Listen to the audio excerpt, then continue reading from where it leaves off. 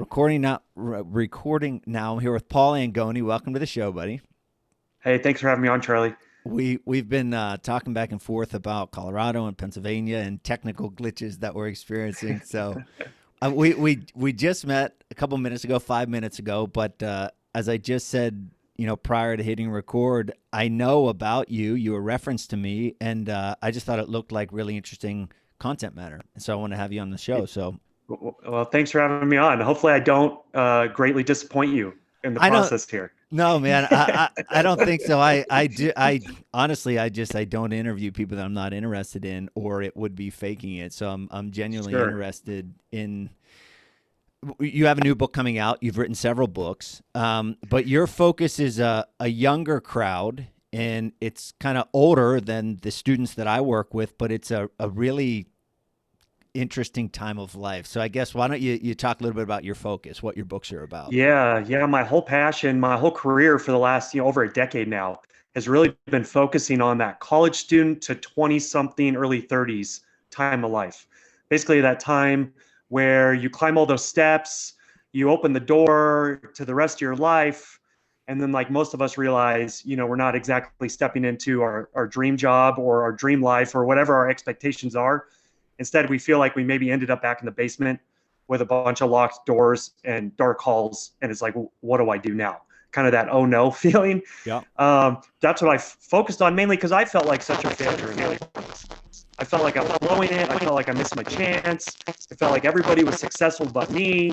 And so I was just really struggling with that season of my life. So I became really passionate about that time because I do think it is an important decade of our life. We're making a lot of our big life decisions and we're pointing our ship, in a certain direction. And it's going to be hard to correct that. You can later in life, but you're going to lose a lot of ground if you go off course. So that's been my passion, is trying to speak into this generation, this time, and speak hope and truth, and try to get us on the right path. And I think I'm actually going to have to adjust my audio here. We were having a problem before this, and I think it came back. So I'm going to unplug that in a second here. But it's funny, too. I'll say this, and then I'll pause for a second. Maybe it went away now. It's interesting, too, because I like getting older. I actually just turned 40 2 days ago. And I Congrats. enjoy it. I like it. I just it's not scary to me. It's not. I like it. I enjoy the responsibility of life. I enjoy the new opportunities. I've picked path that I like in life, and it's kind of exciting to me. But it is funny you mentioned that stage of college, 20s, early 30s. Now I know at 40 that I knew nothing then. And at 50, I'll realize I knew nothing at 40. And at 70, I'll realize I knew. I love that aspect of life and that you can't know until you're there. Yeah, exactly. And I think you hit it right on the nail, Charlie, that the older we get, I think we're more comfortable and more excited about the questions we're asking than the answers that we're pretending to always know. And I think that's kind of that transition into maturity, is that we're willing to be humble or to be able to ask questions and ask good questions. And that's what really smart, intelligent people do. They're really good at asking good questions. But I think when we're younger and we're insecure, or maybe we're prideful, we're more worried about having all the answers, Yeah. which we obviously don't, and we didn't, and we never will. So you're exactly right. I'm going to pause right here. What, at this part out? I'm going Okay. to unplug my mic and use my computer audio just in case. It's one of those sounds that I wouldn't doubt if it didn't come through, right? That I think we might be good, Yeah. but I'm going to Okay. unplug and use the computer audio. So give me a sec to mess with the Okay. audio.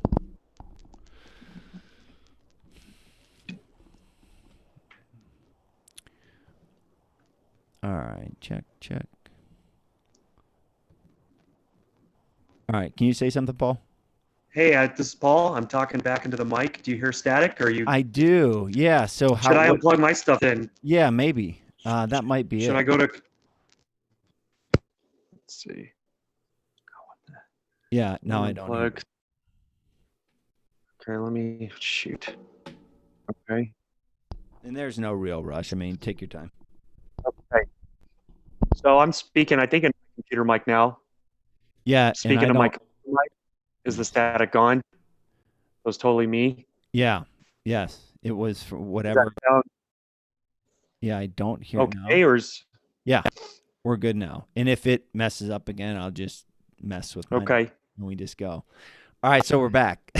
We figured out. We're back. We're at it. We figured out for now. I was just telling Paul before we started. We had some glitches that we just had again, and I had said we do this enough, right? You and me and Yeah. this virtual world that we should have it figured out, but we didn't. I told Paul I went to share my screen yesterday with someone and it wasn't sharing, and then I've shared my screen 1,000 times, so Yeah. it's a decent chance we're gonna have another problem. I can't even tell you how many talks, when we used to be able to do talks at live events, that used to be part of my world. I can't even tell you how many times I'm trying to get my presentation loaded up with the IT guys, Sweating. that it's literally like a minute before, like they're announcing me, and I'm in the back room with two guys trying to figure it out.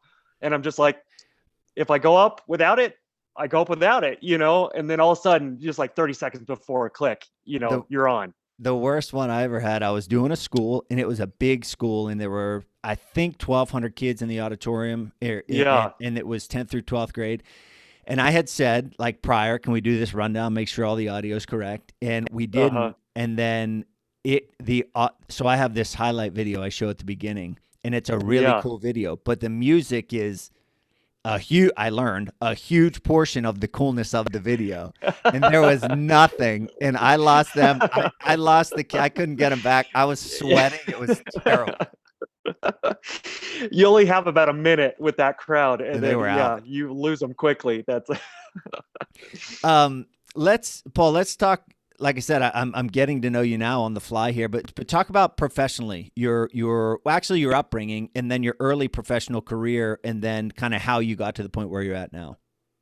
Yeah. I mean, I was on a pretty standard path as a growing up, looking to go to college, and that's where I went. I went to a private small school in California, got a communication studies degree, which I basically got because it was the broadest, least decision you could make when getting a degree. It kind of prepares you to do everything and nothing at the exact same time, because I didn't specialize in anything. Just learn how to talk and write. Okay. So I entered my 20s without really any clue what I was going to do, what path I was going to take. Envious of the doctors in a way, because at least they had a clear path. They know what they were going for. And so my early career was, I worked as an admissions counselor for my college. So I would go out and do presentations to high school students, recruiting them, trying to get them excited to come to my school. And that was a lot of good training on the fly, learning how to speak to high school kids of all kinds in all different states. And then I switched from that to doing more marketing jobs at a university. So I was a marketing specialist focused on that. But then always on the side, I was trying to write a book. I was trying to get a book published, and learning how hard that is quickly as I progressed through my 20s, and failed to get a book deal for years and years and years. You're interested in now. You're focused on a younger crowd. The post college, was that formulated at all from your work in a college? Like, is that just It was coincidence? actually, no, it was more a little bit, but it really was formulated from my own story. It was formulated from my own failure, and or feeling like I was failing. So it was really out of my own struggle as a 20 something, feeling like I wanted to go make a difference. I wanted to go make some money. I wanted to go find a place that felt like home again. And then realizing that I think in our 20s, it's ambiguous. It's confusing. There's some wandering that happens. It's not this straightforward path for most of us, especially in today's world where we're switching careers, we're switching jobs, we're moving. There's so much transitions that taking place. So really that passion was birthed out of my own story and my own failures, which I think is true for a lot of us. We get passionate about the thing that we struggled with the most, that was hardest for us. And then we want to help people who are going through that same thing. And that was definitely true for me.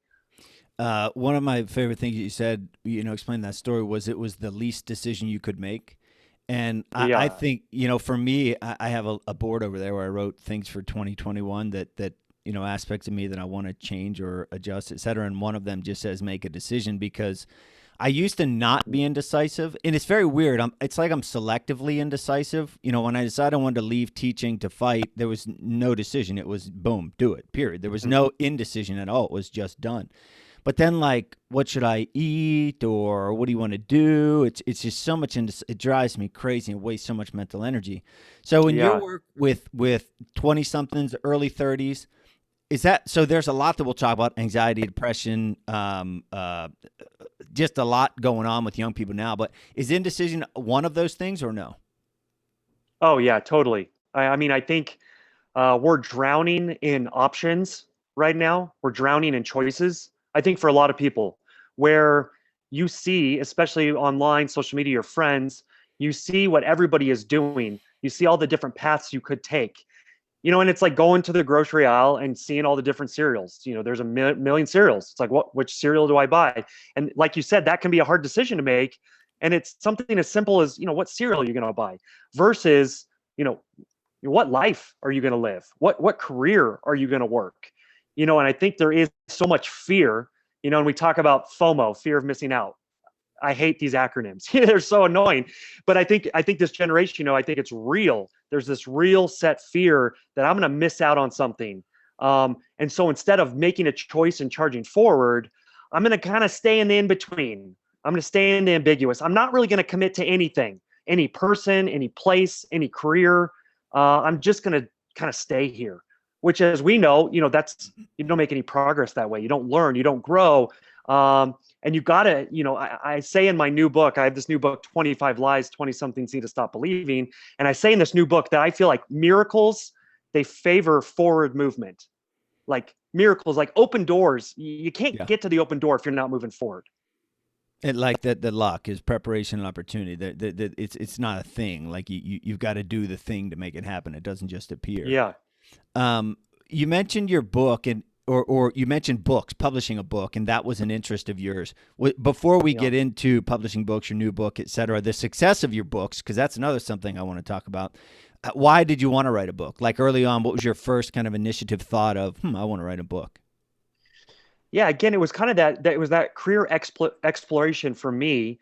So going back again to being an admission counselor. So I'm a young 20 something. I'm traveling all over the place, speaking to these kids about coming to my college.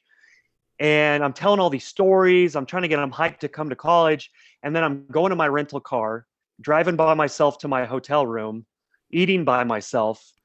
And it was a real lonely season in a way. And I think anybody that's been a traveling salesperson or just on the road a lot, you realize how lonely it can be. And so writing for me just almost became a therapeutic process. I never dreamed I could be a writer.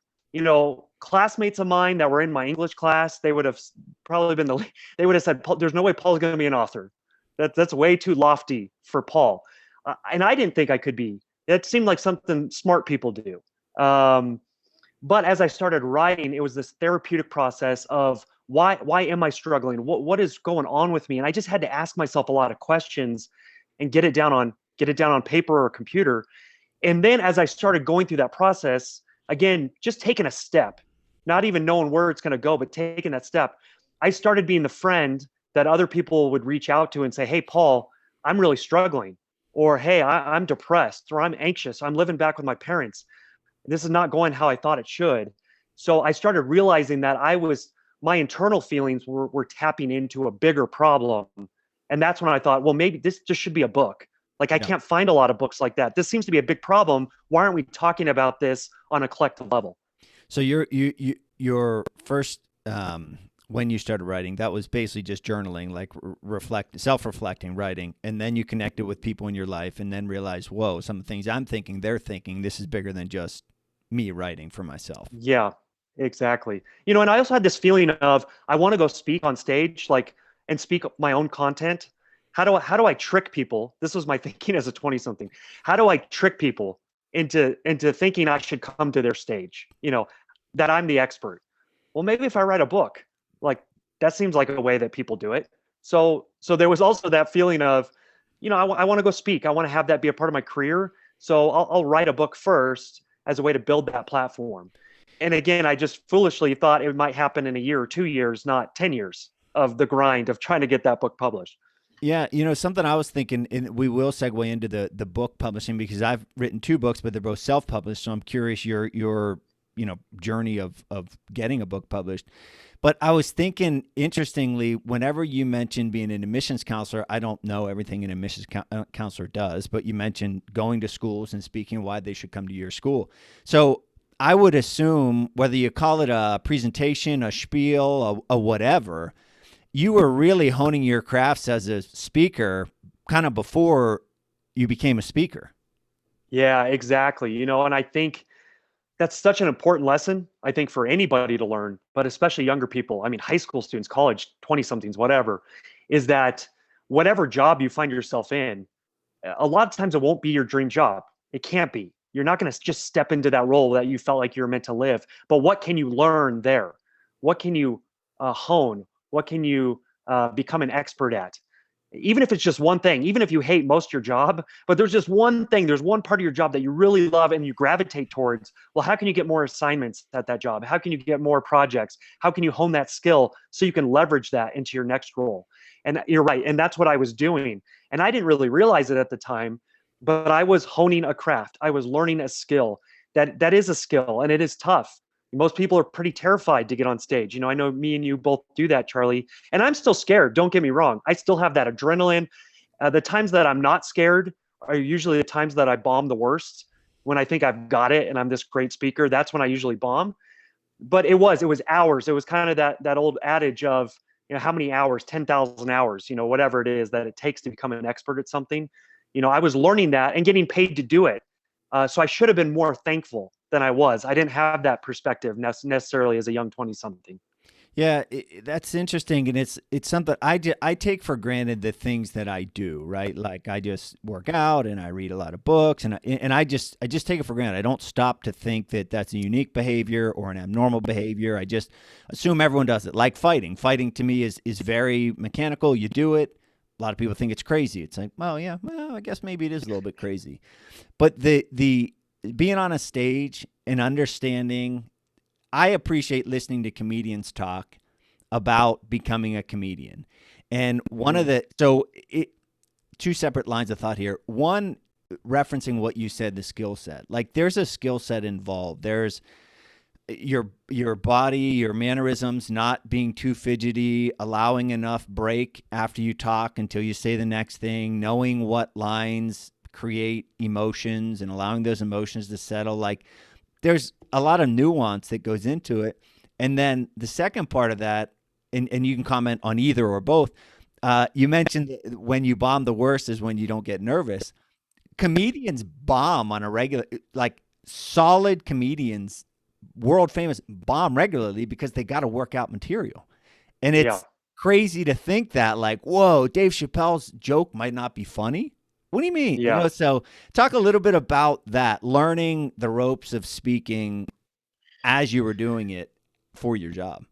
Yeah. I think there's so many good ways. I mean, there's so many big life metaphors that I think relate to that. Just this feeling of, in any capacity, that success just happens. And we see successful people. We see these masters of their craft. And it just looks like it's so natural to them that it just happened. They just had the talent, right? But then, as we all know, it's the talent mixed with the preparation, the work that you're putting in, like the comedians. And I'm the same way, where I love watching comedians in cars getting coffee. I love studying Jerry Seinfeld. He's kind of one of those obviously top tier comedians, but mostly because he's the most prepared. He was the hardest working.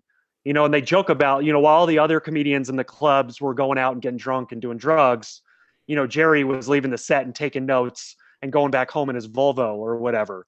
He was just like an enigma to them because of how much work he was putting into it. And I even heard Jerry Seinfeld on an interview recently, and he was talking about how in 2020, I think he was filming his next hour special, and he had filmed his last hour special in 2001. So he's like, give me a good 19 years of honing that hour special, and I'll really have it, you know. And he made a joke. He's like, that's a little extreme, but I think he's like, I think Yeah. 5 years. I think it could take a comedian 5 years, and most comedians are rushing that. They're trying to do the money grab, and he's like, and most hour specials are terrible because of that. It was done too quickly. I want to add in here also for listeners, if you're looking for good books on comedians, Steve Martin's Born Standing Up is an Yeah, awesome book, and he talks about the practice and repetition. And again, Tom Brady, we just witnessed Tom Brady win his seventh Super Bowl. I mean, that's another exactly. perfect example. And actually, that success doesn't just happen as one of the lies, correct, in your new book. That's one of the lies, and that's what I say. I say magicians, even using the metaphor of a magician, right? A magician is probably in the room, and the magician's doing his thing, and he's amazing people, or she's amazing people. The magician is probably the least magical person in the room. They're not magical. They are probably the hardest working person in the room. And they have perfected a craft so much that it looks like magic. Tom Brady has perfected the craft so much. I'm a Peyton Manning fan, being in Broncos country, Mm-hmm. right? And he didn't have the best arm. He wasn't the fastest. Tom Brady wasn't the fastest. He wasn't we know that, but they were smartest. They were the hardest working, and they knew all the nuances. They perfected that craft. And so again, that feeling of, we're living in such a YouTube, Instagram, internet star age where it just looks like success just happens. Like people just follow into it. They do that one viral video and they're stars and they know how to handle success and they know how to build a business out of that. That's what it looks like It when it's not. And we know that doing it ourselves, we know how much hustle it takes and hard work. it's so hard. My kids are 7 and 4, and obviously I watch when they watch YouTube, and they do. My wife and I do a good job of not just putting them on their devices. Right, we're fortunate Yeah. that we're on the same page with that. But I'm watching the YouTube stuff they're watching, and I asked my daughter yesterday. I said, "Honey, why do you like this?" Like, because I'm watching it thinking, but this is terrible. I mean, this is not, it's Exactly. terrible. Why do you like it? And she thought she was in Yeah. trouble. And I was like, you're not in trouble. It's fine. But what about it? It's not funny, right? You're not laughing. Yeah. Like, what is it? And it's hard to instill in them. So maybe that person got lucky, right? But most of the time it's manufactured, like it's set up that way. There's like keywords and there's images and graphics and paid advertising and teams and stuff behind them that kids don't Yeah. realize. I can't tell you how many people said to me, "Dude, you should start a YouTube channel." Dude, I have about 400 videos on YouTube, and you know who watches them? Nobody. So it's not like the easiest thing in the world.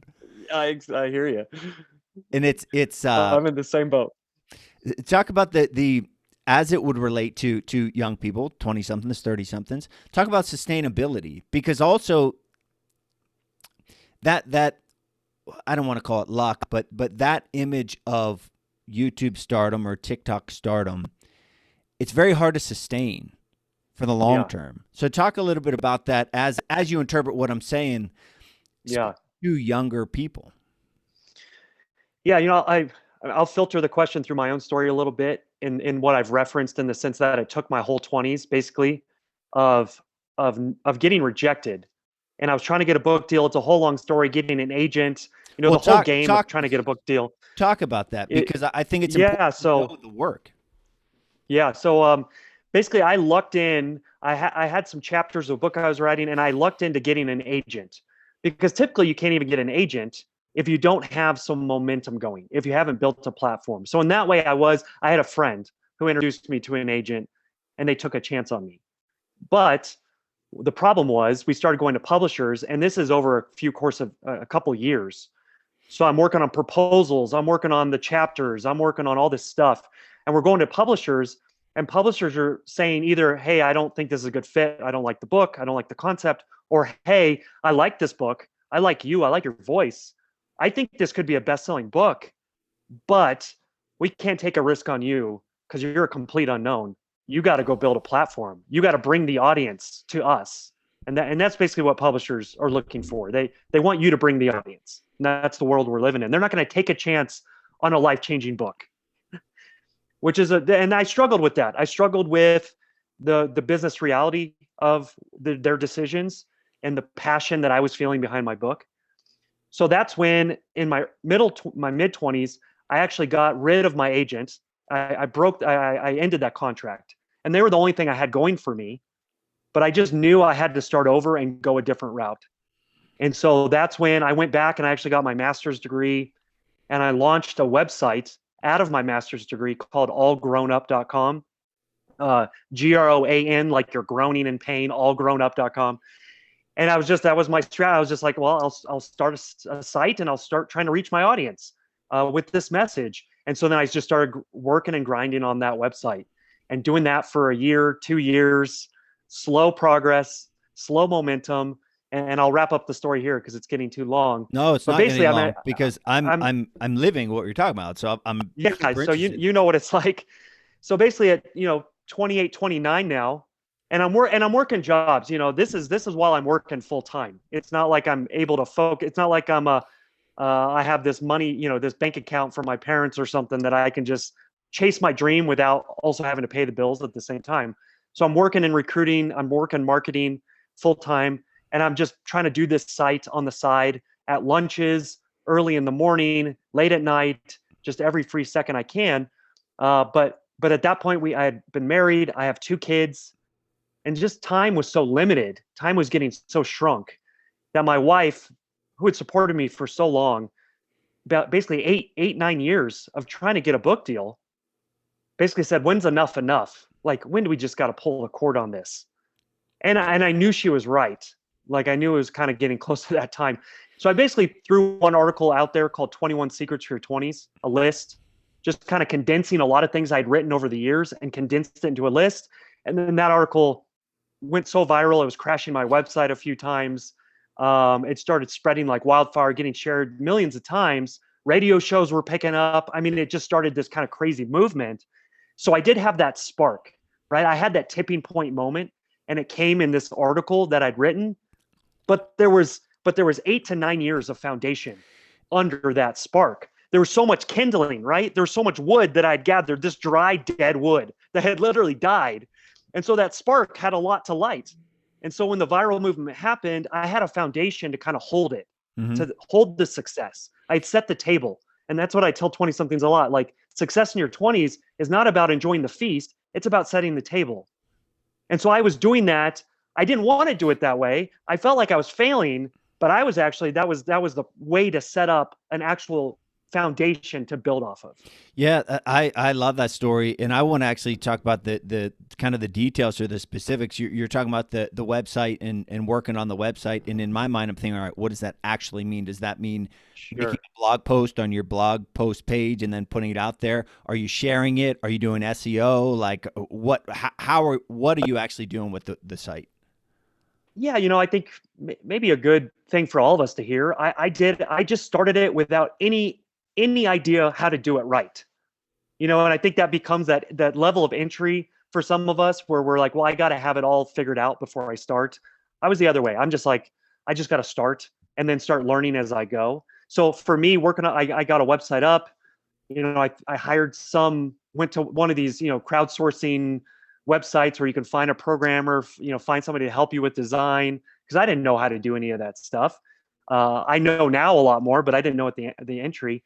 And then it was writing blogs. That's mainly how I started, and trying to get email subscribers, offering the freebies to get them to enter And the did that? email.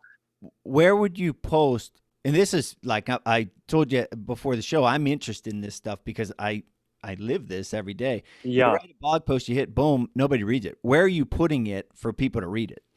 Yeah, I was doing the social media game as much as I can, obviously posting the links on Facebook and Twitter and all those places, trying to get on Pinterest and being active, whatever social media places felt something that I could do, or that I wouldn't feel like I was just wasting my time. So I was doing it that way. I was even when I launched my site, I literally, sent mailed cards to friends, family, contacts. I did like a physical mailer and did like a website launch, just to let people know. I was letting my college know, getting on groups. I would get on like fellow blogger websites. There was like 20 something bloggers was a website. So I jump on that, network with people, build relationships with other bloggers. It was a slow grind. It was basically like you said, like you put it out there, no one's going to read it. Maybe your mom or dad, even your best friends, they don't care.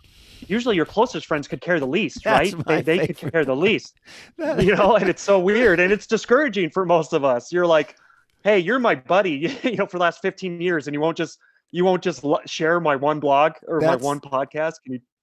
that's like, first of all, I love what you're saying now, because that's the truth of it. Like, what Paul is saying is the truth of it, and it's just how it is. And that's my favorite part, what you just said there. My sister actually texted me, or I talked to her on my birthday, and she said how she was listening to a podcast episode, and I was like tickled, because I thought, wow, you guys never listen.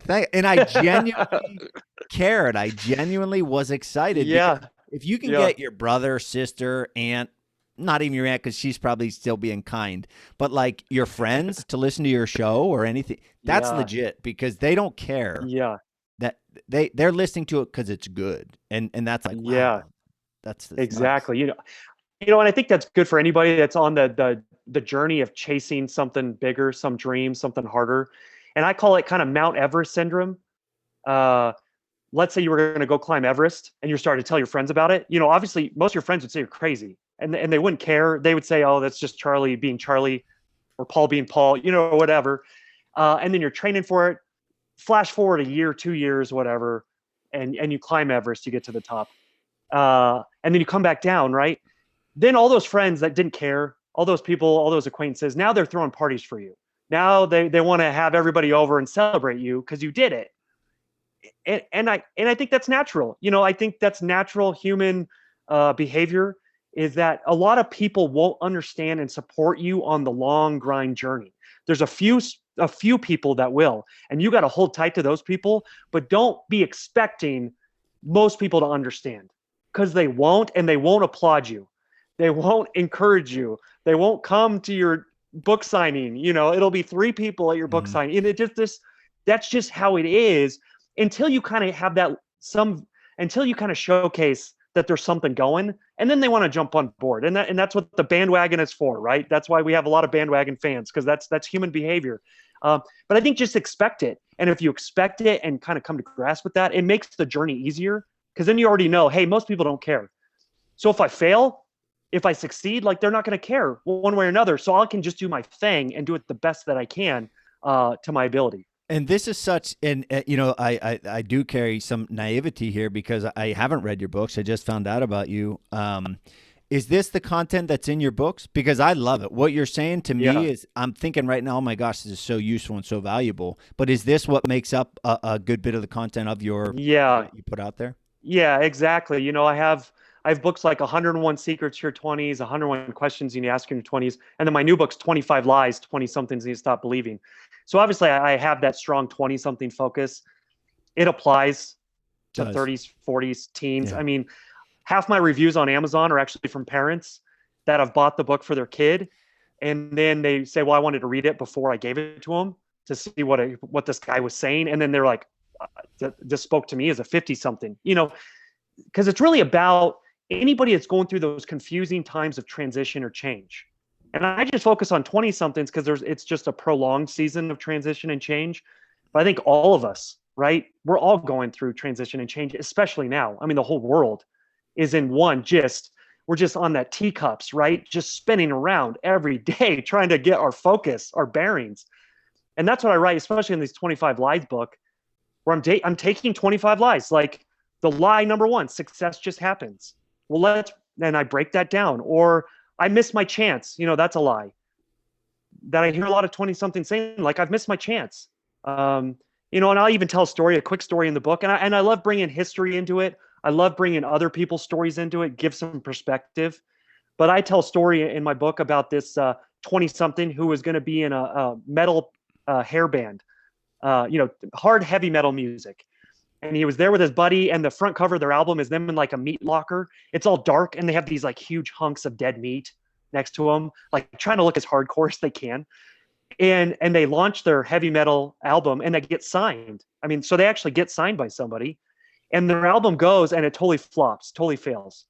So this 20 something, he's like 24, and he feels like he missed his chance, like his life is over. So he literally does, the unthinkable. He tries to commit suicide twice. and he doesn't succeed at that, thankfully. And so he's in this bad relationship. He basically feels like he's got to start over. He goes to LA, just starts playing in dive bars, and he starts playing the piano because he grew up playing the piano. Like that's where he grew up listening to music and learning music. So he's just playing piano. And in one of those dive bars, this 20 something, he writes The Piano Man, which becomes his hit song. And this guy is Billy Joel.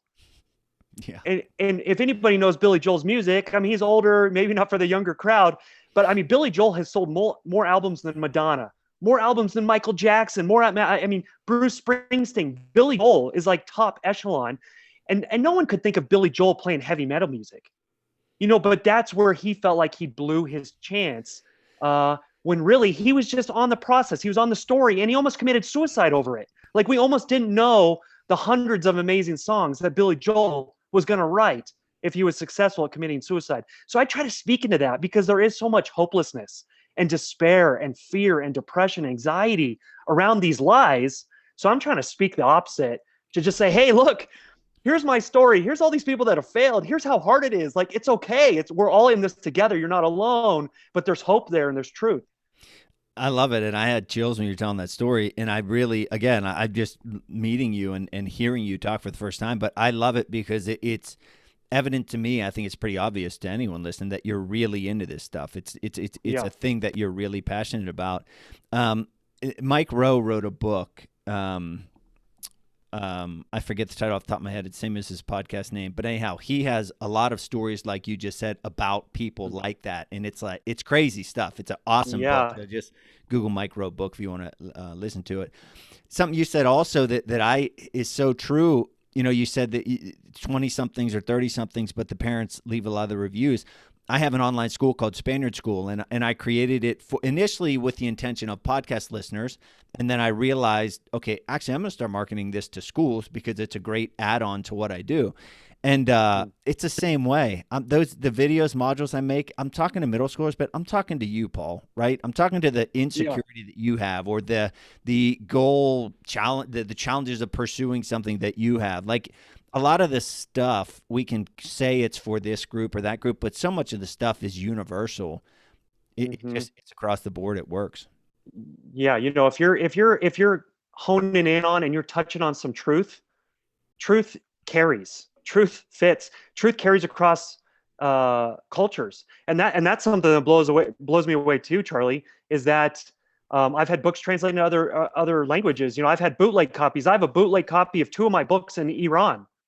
I don't make a money from it. It's totally bootleg. They asked if they could do it because they just have a passion of getting good books into Iran, especially for 20-somethings that are trying to find some hope. And so there's my books. And so I have all these Iranians that are reaching out to me through Instagram and saying how much my book has impacted them. So that totally blows me away. I mean, I don't know their experience. I don't know their story. I don't know what it's like to grow up in Russia or Iran or South Africa. But when you're touching on truth, when you're touching on something that's giving people hope, that's touching on something that we're all going through, well, it carries. Like you said, it carries. And so that's why I think anybody that's creating, they have to be willing to be vulnerable. They have to be willing to be honest. They have to be willing to share their mistakes. As leaders too, I think that's how leadership has changed. We gravitate and we build trust towards leaders that are willing to say, hey, I've messed up. I've blown it. Here's how I'm messing up right now. Here's how I'm learning from it. And that's the people we build trust with. We build a relationship with. Talk about, so I'll try to say this accurately. Talk about the when that article that you published or that blog that you published went viral, because as a guy who's similar in, we're in a similar industry, I probably think about that more than I should, right? I understand that I'll work regardless. I'm going to do what I do regardless of how many people are listening or not listening until the day I don't want to do it anymore. But I'm also aware that of opportunities, right? The whale, the opportunity, the boom, that this could happen or the go viral or explode or something like that. And it's important to have that foundation that you talked about, or it just goes nowhere. It's a flash in the pan. But talk about that, right? When you literally saw it happening, was it all organic in these shares, and like you're sitting there watching this? What is going through your head? Yeah, it was wild. It really was. it was, I would literally, it just started happening naturally where people started sharing it. And it was mainly through Pinterest, of all places. So as a platform, Pinterest kind of changed my life. And I wasn't that heavily active. I didn't have a huge following on Pinterest. It was just a bunch of people that were pinning the graphic to my article and sharing it with their friends, like, hey, you got to read this, you got to read this. So I was literally like, you know how you can see your, sometimes you can see your social share numbers on an article and you can see what the numbers are. I would literally like refresh my screen and watch, I mean, watching it jump up by 50, jump up by 100. Like it was a real time, like I could see just this thing happening. And then the terrifying moments were when my website crashed, which who knew? I didn't know that could be a problem. You know, I wasn't worried about too much traffic as a problem to my website. So I'm at my job and I'm literally like hunkered into like a closet, like trying not to get fired, but also like trying to call my web server, like pleading with them, like, please, whatever I need to pay, however I need to upgrade, I need to make it, please just get me back on. Like I can't go offline when finally this moment is taking place. So, I mean, it was excitement. It was fear in a way. I mean, some terror, but it was also like an emotional experience of 9 years trying to do something, 9 years trying to convince gatekeepers, publishers that, hey, there's something real here. There's a real problem. There's people that are struggling with this, and having publishers tell me like, yeah, I don't think so. Like, I don't agree with you. So to be affirmed in your dream, to be affirmed in your passion and what you're willing to give your life for, I think it's an emotional experience for anybody when we have those moments. And those moments will keep us going, right, for a long time. And that was one of my moments of like, okay, I'm not just crazy. Like I'm not, there's actually this some truth here. And so from that point on, it was feeling like I was just waiting around for 9 years to then feeling like I can't keep up with how fast everything's moving. And how do I leverage this? So that became my question of how do I leverage this? How do I not let this just slip away? What do I need to do to leverage this momentum so I can keep riding with it and build to the next level? And I want to get into that, that because it becomes a different thing, like when COVID hit, and I'd be curious whether on air or off air to talk to you about how it's affected your life and business. But when COVID hit, it was like, okay, no in-person speaking. Okay, what do we do now? Well, virtual speaking. Okay, well, like, what does that even mean? How do you work that out? Like, are they even looking to do that right now? There's a lot of stuff to figure out. And then, it's kind of like the cream rise to the top, right? Like, people will come out of this who adjust and who innovate and who move forward and don't, just become stale and stagnant and kind of, wave the white flag. But that becomes a whole different thing there, right? But I want to talk about that in a minute here. But, that idea of it taking off after 9 years, I've been doing this podcast from about 5 years-ish, and it's nowhere near where I thought it'd be. And I've like incredible guests cover incredible books, and it's just honest to goodness 1/20th where I thought it would be in that amount of time. But I just love it so much. And I heard something on Joe Rogan's podcast. It was about social media, right? And I know I've said, why don't they, and when I say they, I mean followers, why don't they see how awesome this is, right? And it's like, Charlie, maybe it's not awesome, because if it were awesome, they'd share it, right? They would talk about it, like exactly what you're talking about. You could have written a bunch of articles that maybe you did, maybe didn't, I don't know. But you could sit down to say, I'm going to write a viral article right now, or you could sit down and write an article and just put it out there and it goes viral, right? It can happen how it happens, but you're reaffirming a lesson to me, and something that I find myself pointing the finger at someone else to say, no, man, when it's right, like the truth that you're talking about, it'll know, and it'll get dealt with how it's supposed to get dealt with. But I think that's you're right. And there's these factors that go in. There's the timing factor. There's the season that we're in. There's just certain times where something just sparks, some message just hits right with the right person. And then that right person shares, and there's these moments where, all these puzzle pieces start coming together. All these pieces that felt like, well, they're just out there and they're doing something. I don't know what they're doing. So, so like this article for me, like I was like, how do I leverage this?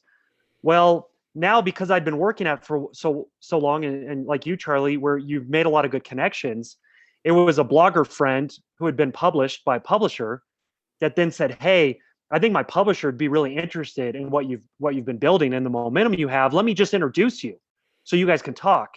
So I get that introduction.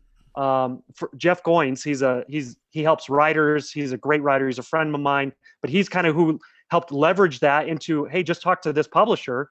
So I talked to the publisher, and then that's what led to my first book deal of 101 Secrets for Your 20s. And we basically just took this blog article, 21 Secrets for Your 20s, and he gave me a month. The publisher's like, hey, can you write a book in a month to catch this momentum so we can get this book out fast? Because usually published books, it takes forever. I mean, way longer than anybody thinks, because you got to go through all these channels and processes.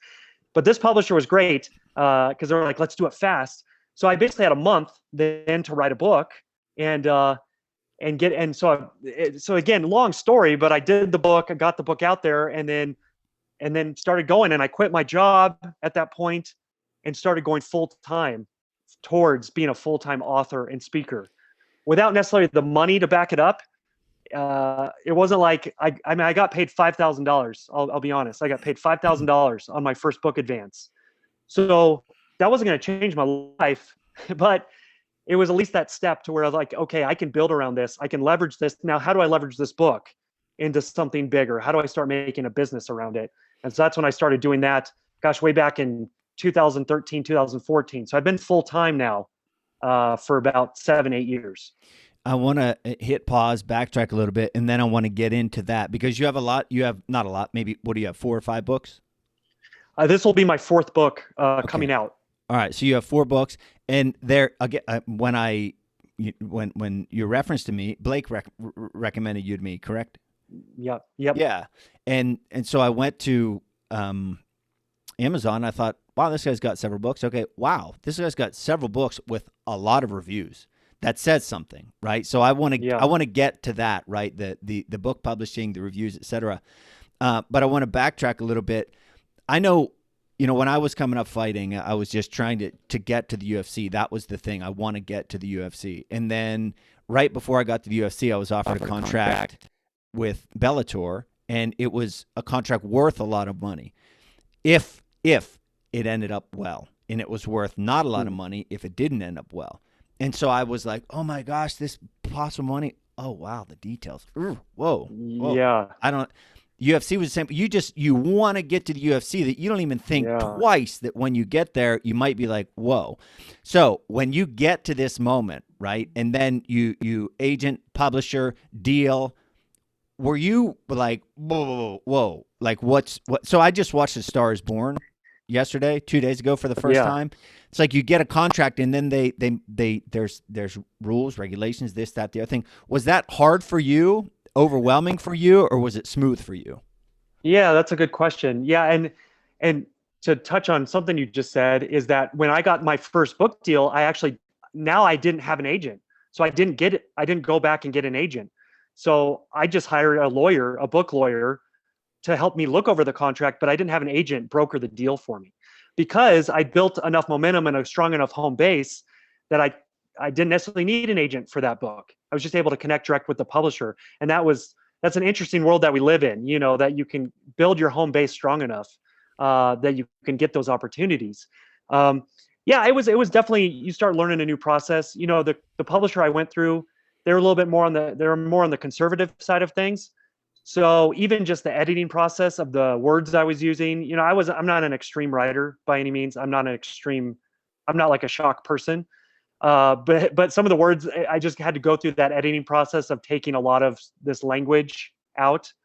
And so that was a struggle. That was a battle of, hey, I'm trying to reach 20 somethings. I don't want to sound like grandma or grandpa, they're not going to relate to that. I'm trying to actually speak to them. What are you guys trying to sabotage this book? So there was moments like that. But when the book came out, it wasn't like A Star Is Born where, she sings this song, she finds the star, the country singer, she sings the song with them, and then her career just like through the roof, and now she's got all the people. Mine, again, my whole story's been the same way. It was the long grind. It's the long tail game. It wasn't like my first book came out and it was a New York Times bestseller or a Wall Street bestseller. My first book, has sold more than probably a lot of New York Times bestselling books, but it will never be a New York Times bestselling book, which if anybody knows the book world, you kind of understand. Explain why? Can you explain why? Yeah. So basically New York Times bestselling, if you're going to make the New York Times bestselling list, they do it over increments of time. So, and they don't tell you the algorithm or the formula, but typically it seems like it's about 2 weeks a time. So they take sales over 2 weeks. And if your sales over those 2 weeks are a certain number, then you're a New York Times bestselling author. So a lot of authors and publishers, they'll kind of game the system. If they have huge budgets, they'll basically get all these sales in the first 2 weeks, or their organization will buy like 50,000 copies because there's some big CEO of some company or whatever. So they'll be a New York Times bestselling author, but then their book will just die off. I heard it was a terrible book. I heard recently a guy I follow, Steve Rinella. He's an outdoorsman, conservationist, hunting, wilderness survival, and he just wrote a new book, and he was talking about the book selling process. And I want to say to be a New York Times bestseller, they don't take into account your Amazon sales. It's either your Amazon sales or your Amazon pre-order sales. Maybe it's one or the other, but there is a lot of behind the scenes stuff that goes into being a bestseller. Yeah, it's gamesmanship. It's just a strategy to get that name, and people spend a lot of money to get that New York Times bestselling name on their book. But again, it might not be the best thing for the book. So my book has been a long tail. It's found slow growth, just consistently selling every year, 10,000 copies, 20,000 copies. I did that for 5 years. And then after doing that for about 5 years, and I had another book come out, and the sales rep at my publisher was then able to get into Target and Sam's Club and airport bookstores, because I had enough sales at that point to kind of say, hey, you should give this guy a chance. It's selling. Like, what will it do if it's in Target? And then it did great in Target, and it was in Target for like a year and a half, and they did reorders and all that stuff. And so then that helped go to the next level, where now I'm getting more sales, and now I'm getting bigger publishing deals because I have better numbers. And so again, it was just this every year, just grinding, slow build, maybe a jump here, year 5, slow build. It's not like this rocket moment and then I'm just in the orbit for the rest of my life. It really is like compound interest, and the kind of like what a cart before the horse is. You somehow have to get in the door for that to happen. Like something. The light, or you're never going to get that chance, right? And for you, it was the work that nobody was noticing, and then the article that then went back to the work, and then it was like, oh, this guy, in their eyes, right? You knew it all along, but oh, this guy is something. And then you're proving it to them, and you're building the home base, and that's true for everybody. You got to build a strong home base. Whatever you're doing, if it's on the internet or if it's physical, it's a business. You build it. Everybody know you got to build the strong home base. And then that it has to start there, because I think a lot of times we skip that step, or we just want somebody else to help us build the home base. And so we'll even ask friends or people that are kind of the rung up, like, hey, can you help me, or can you introduce me to somebody? But if you don't have something that people can point to say, hey, I know they're doing good work, so I'm going to put my name on the line to even make that introduction. We miss that step too often.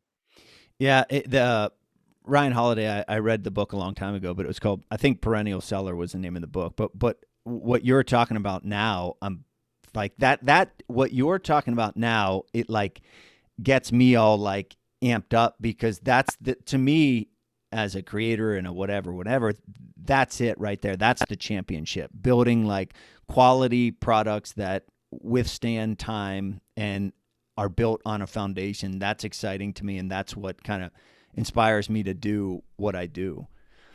Thing I want to talk about, the Amazon, I mentioned the reviews, and that being a source of credibility to any potential reader, any potential person. And your one book has over 1,500 reviews, and then the other ones have like several hundred reviews, which is, in books, that's really good. I have 68 or 9 on my one book and 12 or 13 on my other book. So it's like nowhere near what you're talking about. For you to have that many reviews means your readership is huge, because how many readers actually leave a review? I don't know the percentage, but the It's answer a is not small a lot. percentage. Yeah, I mean, it's probably like 1-2%. I mean, it's not huge. So that Yeah. speaks to your masses, to the amount of people that you're reaching with your message. Yeah, and it is true and it's not, in a way. And believe me, I'm not going to stand here as the author or sit here or speak here as the author. It's like, yeah, I made it. Like, look at me, Charlie. Like, I'm at the top. It does not feel that way at the least bit. I still feel like I'm trying to hustle as much as I ever have to be noticed, to get in front of people. So you're right in the sense that my first book, especially, like, it was a cool deal that it crossed 100,000 sales for me this year. Again, it's been out, 7 years. So incremental, it's sold more and less every year, but it's across 100,000 sales. Um, and so through that, yeah, some of those people will trickle in then and become fans or even friends, where then they'll start following you on Instagram or social media. They'll subscribe to my website still, that I'm still doing. And so they'll become part of the fold more. Where other people, they'll just read it. A lot of people, it's not like I have 100,000 people that reach out to me about the book. It's maybe 1,000 people that have reached out to me. But I definitely do, like, I never want to forget being the hungry author, being the guy who's hustling. I don't ever want to forget that, or feeling like I'm too good for anything. So I'm definitely still the guy, like, if they share my book on Instagram and tag me, like, you better believe I'm going to be thanking them. I'm going to Mm-hmm. message them. And I'll even say, I'll talk to them, like, or when I write an email, like, email me back, like, let me know how you're doing. Tell me your story. Just check in with me. And I respond to every email. And sometimes it can get overwhelming and sometimes not. But just that, always just that, I want to be that same person, the same person that feels accessible, that they can talk to, that they can touch, that I'm really in this to help them. And that was my whole goal from the beginning. It's not necessarily, I'm not in it for money. I'm in it for impact. And so I never want to forget that. And the Mm-hmm. money will come. The Yeah. money comes when I think you're focused on doing good work and making an impact. The money comes. So I've always been focused on doing good work, making an impact.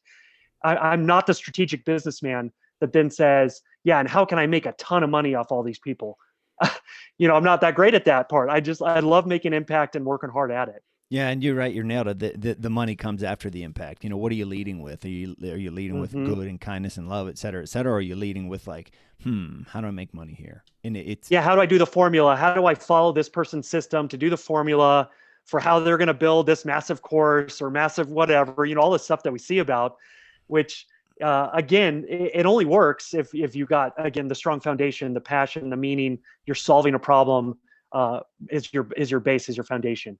And I have a kind of a random question. The listener might be a random question, but to me and Dred, my partner, it's a pretty relevant question. How much of your connection to your audience is via your email list? Do you put a lot of emphasis on your email list or no? Because they're different. So the reason I'm asking this question for listeners is Dred and I learn a lot about books and book writing and book marketing and different strategies for growth. Some people put a lot of emphasis on email marketing or email list, and other people don't. So I'm just curious, do you utilize it a lot or no? I do. I still send out emails. I try to send out a couple times a week an email with some content or some gift or some maybe pointing to a podcast episode, a mix of reasons why I might be dealing. I try to always email for some reason, and usually with hopefully beneficial content, not just sales pitch every time.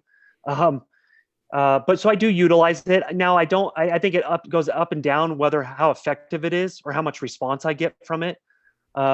Sometimes I'll get an email that gets opened quite a bit. You look at your stats, Mm-hmm. and it gets opened a lot. And then I have some emails that don't get opened at all.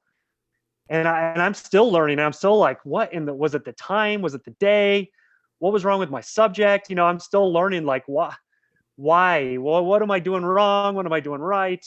And then still always that fear of, do people not care anymore? Like, or am I is my messaging off? Like, and struggle with those bigger questions. So I still, again, I'm still in it. I'm weeks away from my new book coming out, and there's definitely that mix of excitement and sheer terror and fear of, is this gonna fly? Like, it's leaving the nest, it's got wings.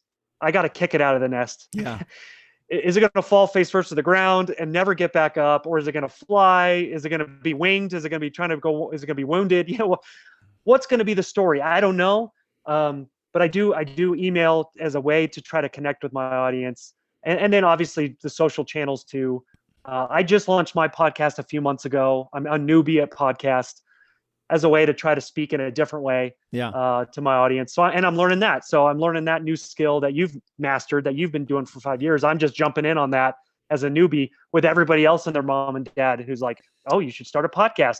You'll get tons of followers doing that, I think you would enjoy my second book, because actually I know you. I'll send you a copy, because I got to check that out. You will enjoy it, because we talk in depth about, it's actually perfect for someone who is starting a podcast. Yes, I'm going to check that out. What's the second book called, Charlie? Becoming the World's Toughest Lifelong Learner. Awesome. And that's so great. It's life after fighting, building a life and career after fighting, and it focuses on speaking and podcasting. I'm going to check that out. I'm sure I could relate to, except for the fighting piece. Except for the fighting piece, I probably could relate. I was fighting metaphorically, but not fighting physically. I mean, that's the gist of the book. That's the gist of the book. But exactly. It'll spell out all the things that you're supposed to do, and how they didn't work for me. Exactly. So I think we're probably coming up on about an hour here, or more than an hour, but we'll start to wrap it down. How has COVID affected you? I know it has certainly ravaged my career and created a different career from there. Interesting. But how has it affected you, and kind of what have you done to keep moving forward? Yeah, it's obviously for all of us that are in the live speaking business, that was a good chunk of my income. You're going to talk about, I think about it as spokes in the wheel. Like, here's your wheelhouse and here's the spokes you're trying to fit in to keep the wheel turning, keep the business going, right? And mine speaking is a part of that income. So obviously all those live events, even contracted events or whatever, they all got either pushed back or canceled. And I haven't seen it really pick up. I know I have some that are supposed to be upcoming still. So we'll see if they get pushed back again or canceled or whatever. So that having that income kind of gone has been scary, has been a challenge for sure. But then also it kind of gave me a different opportunity. Sorry, I'm speaking and I'm seeing a 1-year-old walking at me right now. So I'm smiling, but she was pretty quiet. So she was pretty good. But in some ways it was also good for me because I was working on my book. So it just allowed me some really good time to just put as much effort and energy into this new book as possible. That's what I try to do with every book. Like, I can't try to sell a book that I don't fully believe in, that I don't feel like I've given it my absolute best. Like, I'm not a good salesman. I can't sell something that I don't feel like is gonna work, is gonna help you. So in that way, it was almost an opportunity, because it forced me to have a lot of time to write that book. Now, I might not have any places to go, because I have 4 kids, and I don't know if it's the same for you, Charlie, but trying to write in my office at home, like the 1-year-old, the 2-year-old, the 4-year-old, they all find you. Just talked to my wife this morning about getting like a room somewhere, like an office or something. Or give me a cage, that I can lock myself in, not lock the kids in, but lock myself in. But so for me, and again, this is what I do kind of anyway, but for me, I wrote most of my book with a camping chair and a laptop by a lake, away from everybody, maybe a cigar, cup of coffee, like somewhat with that classic, like author, like I'm going by the lake, but I needed that silence. For me, that's really important. And that's when I do my best writing. So, and again, in a weird way, it was creating an atmosphere for me to really try to do my best work instead of having to hustle, right? Having to hustle, because there was just no hustling in that sense, flying and everything that could be done. So in a way, it was an opportunity. So I'm still trying to figure out, business, how to make it work, how to make it grow. But I mean, mainly I've been focused on just a linear focus on the next book. trying to get it out there, trying to do the best I can with it, and then seeing what happens after that. Well, I tell you what, man, I like I said, I knew of you. You know, I did my prep research, but I kept it to a minimal because I wanted to just evolve, you know, through the conversation. I love it. You've got a fan in me, and you know, after we stop recording, I want to exchange information because I would love to pick your brain on some of this stuff as, you know, my writing and podcasting continues to grow, and then equally with your podcasting to, I don't know, I think there's just a lot that we can share. Yeah. Vice versa, man. I would love to pick your brain about all that you've learned along the way. And I think, again, that's a beautiful thing about people that are working hard at something and getting good at their craft, is I think for most of us is we want to help each other. Like, we want to learn from each other. We want to, and it's a cool thing too, is one of your friends in that pool, one of their boats rises, like other people's boats rise. You know, like my friend who got the book deal first, he was the one that got the book deal first, but because his boat had risen to that level, Yeah. he was able to reach down his hand and say, Paul, I know you're doing good work and I know who you are. So let me reach you and, like, come just sail on my boat for a little bit. Yeah. I'll take you to this place, you know? And I think that is the beautiful thing. But again, you have to be building it. Correct. If you build it, they will come, or the connections will come. Yeah. And I think most of the biggest gains come from the connections, come from the people in this sphere that we're all kind of doing a different thing, but trying to help each other along the way. So I think I love that about this world and the creators, I feel like, and the influencers. Obviously there's going to be some jerks, and I don't ever want to be that person. So I feel the same way, Charlie. I'm excited to connect more and become friends and colleagues after this podcast. Yeah, man. So before we close here, re-mention your website, your book titles, where people can find you. Yeah, thank you. The new book coming out, 25 Lies 20-somethings Need to Stop Believing. You can snag it wherever books are sold. And if you're a college student, teenager, or 20-something, if you're a parent and you're worried about your teenager, 20-something, it could be a good book to pick up, because I'm going after a lot of lies. And I think we need a lot of people speaking truth and speaking some of these things we've been talking about, Charlie. I mean, we need more and more of that, especially in today's world, where everything feels like it's shaking. And where do you stand on anything these days? And then my website is allgrownup.com still. And that's GROAN, allgrownup.com. And you can get free chapters from all my books on my website. You can check out hundreds of blogs, resources, all that stuff. And then social media is usually Paul Angone. And Angone is Angone. Like I was telling Charlie, my middle name's Tony, so I could be Tony Angone. If I wanted to be a real true Italian, I could be Tony Angone. But I've been sticking with Paul for now, so I can just Paul Angone. So it just feels like I just have to be a completely different author. I got to focus on, I got to go to Little Italy and write about the history of New York or something if I'm going to be Tony Angone. If it were Tony Angone, you wouldn't have to describe how to say your last name. You just exactly, it would roll off the tongue a lot easier. It could be a good business decision. I don't know, but all my books say Paul Angone at this point. So we'll have to discuss that later. Maybe give me advice on which way to go. But yeah, and real quick, I have the some of the chapter titles in your new book in front of me here. I just want to kind of brief a couple of them to give you an idea, listeners, what the book's about. Line number 1, success just happens. There's another one that says, I'm the only one struggling. Another one that says, I've missed my chance. None of this matters. Love is all you need. I better get mine. I'm not good enough. So there's a lot of, like we said earlier, it's applicable across the board. But this has been a pleasure, my new friend, Tony Angone. And I look forward to talking, working with, and seeing more of you in the future. Yes. Hey, thanks so much, Charlie. It's an honor being on, man. And I thank you for the work you're doing and being a resource. And I'm glad to connect with you and keep connecting with you. Awesome, buddy. Thank you.